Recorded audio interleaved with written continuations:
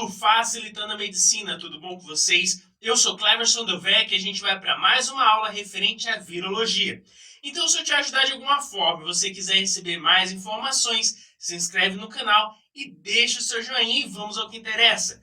Hoje vamos falar do coronavírus, mais um para a nossa playlist de virologia. E o que a gente pode falar dele? Primeiro, a sua família, que seria a Coronaviridae. Outro ponto aqui que a gente pode analisar dele é o próprio nome, coronavírus. Ele recebe esse nome porque quando a gente bota ele no microscópio eletrônico, nós vemos que ele tem um formato meio arredondado. Isso remete um pouco ao Sol. Os cientistas comparam ele ao Sol, porque ele tem aquela forma meio da corona do Sol com os raios solares saindo ali. Então, quando a gente vê ele no microscópio, ele parece um pouquinho a semelhança com o Sol. Por isso, coronavírus. Além disso, nós podemos destacar ainda outra característica, que seria ele um dos maiores causadores do resfriado. O famoso resfriado que a gente conhece. Ele, basicamente, seria o segundo maior causador do resfriado. E, claro, isso é uma coisa indesejável, mas é uma das características dele. Não só o resfriado, como também ele tem participação na SARS. O que é SARS? E na MERS também. Na SARS e na MERS. A SARS seria a Síndrome Respiratória Aguda Grave. Isso foi descoberto, a gente vai ver mais à frente, lá na China, lá no Sudeste Asiático, e teria matado muitas pessoas recentemente, não muito tempo atrás. E claramente foi uma coisa bem problemática ali no Sudeste Asiático com as pandemias. Por isso, você já deve ter visto algumas séries lá na Ásia, documentários onde as pessoas usam máscaras na região. Exatamente por causa desse vírus. As pessoas ficaram com medo desse vírus. E ainda hoje você pode ver as pessoas usando máscaras respiratórias naquela região, lá no Sudeste Asiático. Outro ponto também é que esse vírus ele tem uma distribuição mundial, ele está aí no mundo todo, mas principalmente lá no Sudeste Asiático, na China também, que é onde teve o surgimento, onde foi descoberto esse vírus.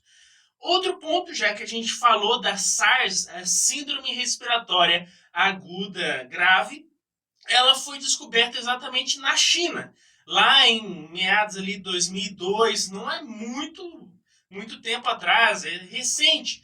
E claramente matou muita gente. Foi uma coisa terrível, foi uma pandemia na região ali que matou muita gente, teve origem ali na China, como a gente citou, e matava gente por quê? Porque basicamente ele era muito contagioso, passava de uma pessoa para outra e causava graves danos no trato respiratório, principalmente no pulmão, causando as pneumonias. Então muita gente morreu.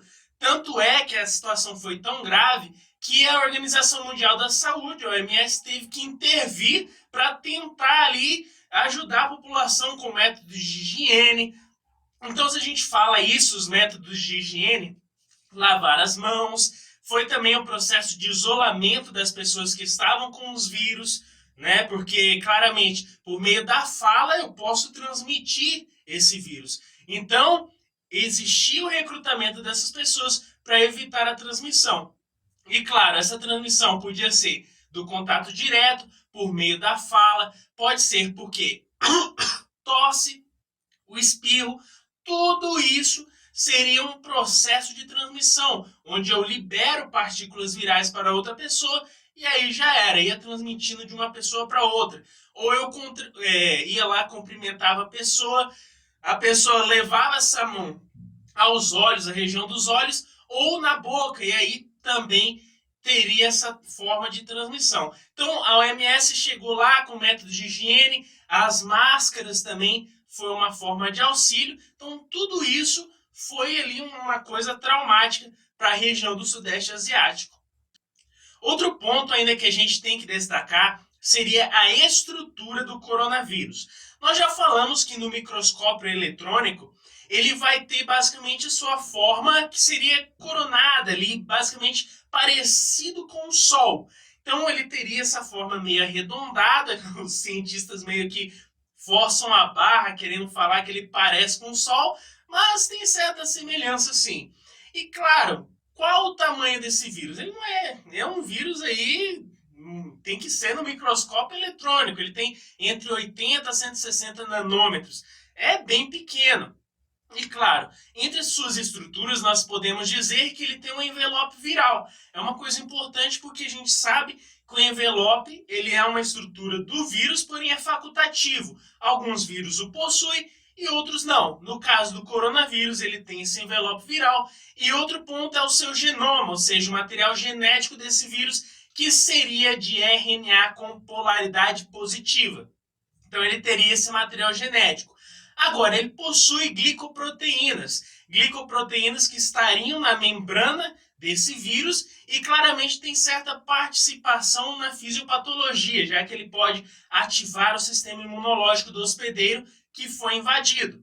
Além disso, ele apresenta outras proteínas importantes, como a proteína E1, que estaria também ali transmembrana, e estaria, de certa forma, auxiliando na matriz da membrana desse vírus. E também o E2. O E2 ele já seria ali relacionado com a adesão desse vírus a algumas estruturas, como proteínas, as células do hospedeiro, as superfícies. Então, a E2 estaria certamente relacionada já com a adesão desse vírus, estaria auxiliando na invasão desse vírus a uma célula hospedeira e também no processo de adesão.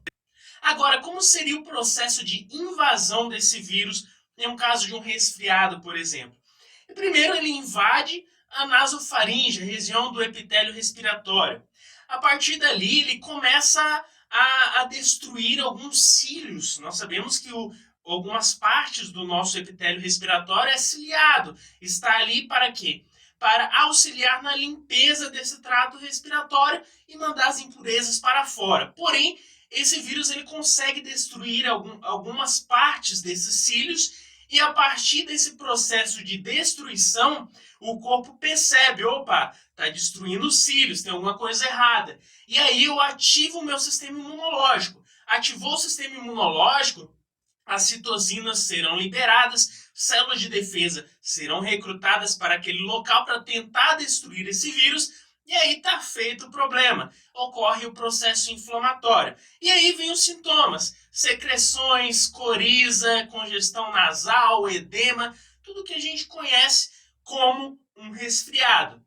Agora, quando a gente fala da SARS, aí já é outro problema. A SARS, que é a Síndrome Respiratória Aguda Grave, ela basicamente também vai ter a invasão do trato respiratório. Ali o trato respiratório, mas principalmente ele vai mirar lá nos pulmões. O maior dano seria nos pulmões. A gente sabe que o pulmão é o centro do nosso processo respiratório. E o que ele vai fazer? Vai ocorrer esse quadro inflamatório nos pulmões e pode levar ali a um grau mais agravante como uma pneumonia. E 10% dos casos graves, são casos de óbito. Então, os óbitos são um nível bem elevado nesse tipo de problema. E o processo de invasão da SARS?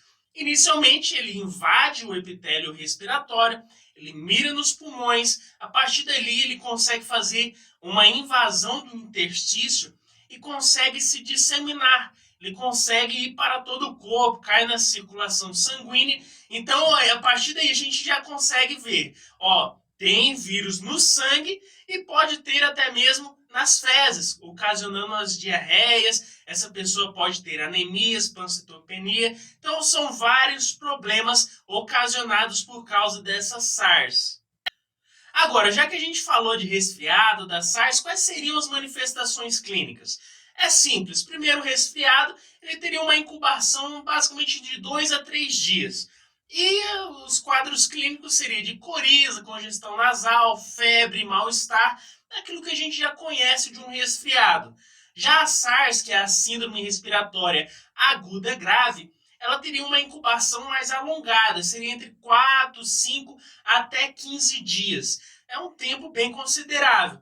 E aí as manifestações já são um pouco mais graves, seria cefaleia, mialgias, seria febre altíssima, a pessoa vai ter aquele mal-estar, dificuldades de se alimentar, e claro, ele pode evoluir para situações aí de dispneia, pode ter alguns casos até das síndromes respiratórias, e como a gente falou, é muito preocupante, porque os níveis de mortalidade de óbito chegam a 10% nesse tipo de problema. Então deve-se se atentar a esse tipo de situação aí da síndrome respiratória aguda grave.